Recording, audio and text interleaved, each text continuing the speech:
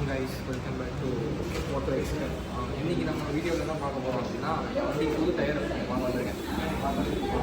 MRF tyre தான் update பண்ண போகிறேன். சீட்டு வந்து ரொம்ப வஸ்ட்டு, கிட்டத்தட்ட எனக்கு 3 பஞ்சர் கிட்ட ஆகிடுச்சு. ஸோ அதனால தான் இப்போ புது டயர் அப்டேட் பண்ண போகிறோம். அப்டேட் பண்ணுற வீடியோ நான் அப்படியே அங்கே காட்டுறேன். ஸோ இதுதான் பில்லு. ப்ரைஸ் கடைசியாக சொல்கிறேன் எவ்வளோ ப்ரைஸ் வந்தது அப்படின்னு சொல்லிட்டு. இது எக்ஸ்பல்ஸ் யூசர்ஸ்க்கு எப்படி இருக்குன்னு சொல்லிட்டு ஃபீட்பேக் வேறு வீடியோவில் போகிறேன். ஸோ இப்போ ஃபிட்டிங் பண்ணுற வீடியோ பார்க்கலாம். ஸோ பார்த்தீங்கன்னா கைஸ், அண்ணன் வந்து நம்ம ரிம்மில் வந்து ஃபிக்ஸ் பண்ண போகிறாரு நம்ம புது டயரை. ஸோ ஜென்ரலாக பார்த்தீங்கன்னா இது ஒரு டியூப்லெஸ் டயருங்க. ஏன்னா எம்ஆர்எஃப் ஷோரூமில் இது டியூப்லெஸ் டயர் தான் சொன்னாங்க. ஆனால் நம்ம வந்து டியூபுக்கு ஏற்ற மாதிரி ஆல்டர்னேட் பண்ணி யூஸ் பண்ணிக்கலாம் அப்படின்னு சொல்லிட்டு அவங்களே வந்து டியூபும் கொடுத்துருந்தாங்க. டியூபும் கொடுத்து அது ஒரு 425 அந்த ரேஞ்சில் இருந்தது ப்ரைஸு. ஸோ அதுவும் சேர்த்து வாங்கிட்டு அதை அப்படியே ஃபிக்ஸ் பண்ணிட்டேன்.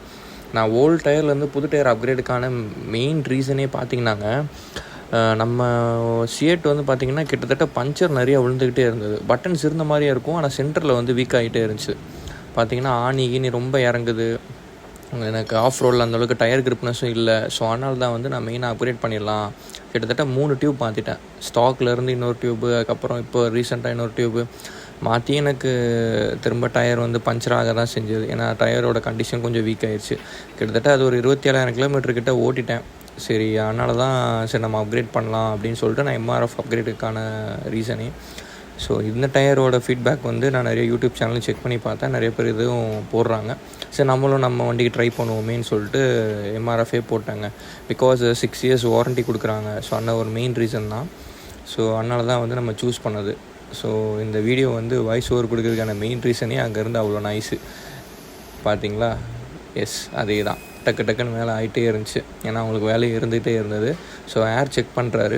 அந்த அண்ணன்கிட்ட நிறையா டவுட் கேட்டிருந்தேன். அதில் நான் கேட்ட டவுட் என்னென்னா, நைட்ரஜன் அடிக்கலாமா அப்படின்னு. அவரும் நைட்ரஜன் அடிக்கலாம், நீங்கள் தாராளமாக அப்படிங்கிற மாதிரி சொன்னாங்க 2 டயருக்கும். ஏன்னா நான் இப்போ வரைக்கும் நார்மல் ஏர் தான் யூஸ் பண்ணுறேன். ஏதாச்சும் எக்ஸ்பல்ஸ் யூஸஸ் இருந்தீங்கன்னா நார்மல் ஏரோட, அதாவது நைட்ரஜன் ஏர் அடிக்கிறதா கமெண்ட்டில் சொல்லுங்கள் எப்படி இருக்குது ஃபீட்பேக்குன்னு. நான் இனிமேல் தான் ட்ரை பண்ணணும். அப்படி நான் ட்ரை பண்ணாலும் உங்களுக்கு சொல்கிறேன் ஏதாவது ஷார்ட்ஸில், சரிங்களா. ஸோ அவரும் நீங்கள் தாராளமாக யூஸ் பண்ணலாம் அப்படிங்கிற மாதிரி சொல்லியிருந்தார். ஸோ அண்ட் தென் நம்ம டயர் உருட்டி கொண்டு போயிட்டு ஃபிக்ஸ் பண்ணது கொண்டு போயிட்டாங்க. ஸோ அந்த ரப்பர் புஷ் எல்லாம் ப்ராப்பராக அசம்பிள் பண்ணி டக்குன்னு செயினெல்லாம் ஃபிக்ஸ் பண்ணி அண்ணன் மாட்டிக்கிட்டு மாட்ட போகிறாப்புல. ஸோ பார்த்திங்கன்னா நம்ம வண்டியோட கண்டிஷன் தெரியுதா. அதாவது மற்ற பைக்ஸை ரிவ்யூ எடுத்து என் வண்டினா ஒரு சில நேரத்தில் மறந்துடுறேங்க.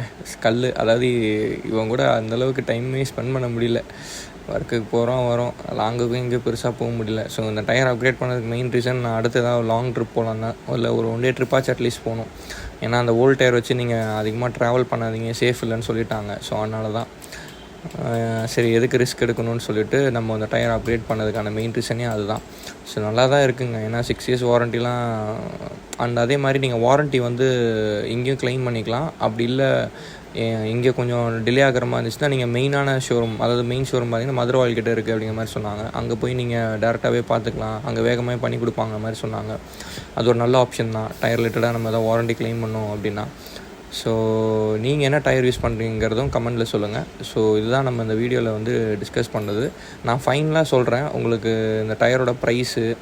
அதே மாதிரி வந்து இமாலயன் டயரும் இதுவும் வந்து உங்களுக்கு சூட்டு கண்டிப்பாக ஆகாது.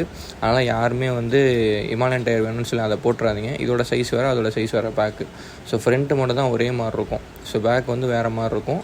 அதனால் எக்ஸ்பல்ஸ் யூசர்ஸ் எக்ஸ்க்ளூசிவாக சொல்கிறேன், யாருமே தயவு செஞ்சு இமாலயன் டயர் பின்னாடி போடாதீங்க. ஈவன் உங்களுக்கு கம்பெனி அதை சஜஸ்ட் பண்ண மாட்டாங்க. ஃப்ரண்ட்டு மட்டும் தான் இமாலயன் டயரும் அதுவும் சேம் மாதிரி இருக்கும். ஸோ அவ்வளோதாங்க, வேலை முடிஞ்சு. டயர் ஆனால் சுற்றிட்டாரு. So tyre ready. ஸோ நம்ம ஃபைனல் கிளிப்பில் வந்து ப்ரைஸு மற்ற டீட்டெயில்ஸ் எல்லாம் சொல்லியிருப்போம். பாருங்கள், என்ஜாய் பண்ணுங்கள். ஸோ கைஸ், பின்னாடி நாய்ஸாக இருக்கும், அதை கண்டுக்காதீங்க. ஸோ இதுதான் நம்ம ஓல்டு டயர் சிஎட். ஸோ அந்த பார்த்தீங்கன்னா 80-120, அதாவது ரிவ்யூவில் நிறைய பேர் ஹிமாலயன் டயர் வந்து சேம் சொல்லியிருப்பாங்க. அது ஃப்ரண்ட்டு மட்டும் தான். பேக் வந்து இது உங்களுக்கு 80-120 வரும். அதனால் தயவு செஞ்சு எனக்கு ஹிமாலயன் டயர் வேணும்னு சொல்லி போட்டுறாதீங்க. நிறையா பிரச்சனை வரும் பின்னாடி உங்களுக்கு எக்ஸ்பல்ஸில். ஸோ இப்போ நம்ம போட்டிருக்கிற எம்ஆர்எஃபோட ப்ரைஸ் வந்து 3260. ஸோ 3260 ரூபா. அது கூட நான் டியூபும் சேர்த்து வாங்கியிருக்கேன். அது ஒரு 425 வந்தது. ஸோ டோட்டலாக சேர்த்து அரௌண்ட் 3800 அந்த இதில் இருக்குது. நான் உங்களுக்கு பிடிஎஃப் உங்களுக்கு டிஸ்கிரிப்ஷன் நம்பர் அந்த ஃபோட்டோ காப்பி உங்களுக்கு போடுறேன். அண்ட் இந்த டயர் தான் கிட்டத்தட்ட 27 லிட்டர் நெருங்கிடுச்சு. இந்த டயரோட சோழி முடிஞ்சிச்சு. ஸோ நீங்கள் அப்படி போகிறதுனா அப்கிரேட் பண்ணுறது தான் இங்கே பாருங்கள் ஃப்ரெண்டில். இங்கே கிட்டத்தட்ட நிறைய பஞ்சர் விழுந்துருச்சு எனக்கு ரீசெண்ட் டைமில். கிட்டத்தட்ட 3 டியூப் மாற்றிருக்கேன் அது மட்டும். ஸோ அதனால தான். ஸோ சேஃபாக போங்க, சேஃபாக இருங்க. ஸோ டயர்லாம் ரெகுலராக மாற்றுங்க. ஸோ அதோட எம்ஆர்எஃப்ல டயர் ஃபீட்பேக் வந்து கூடிய சீக்கிரம் ரைடு போயிட்டு வந்து நான் சொல்கிறேன். ஓகேங்களா? Thank you so much.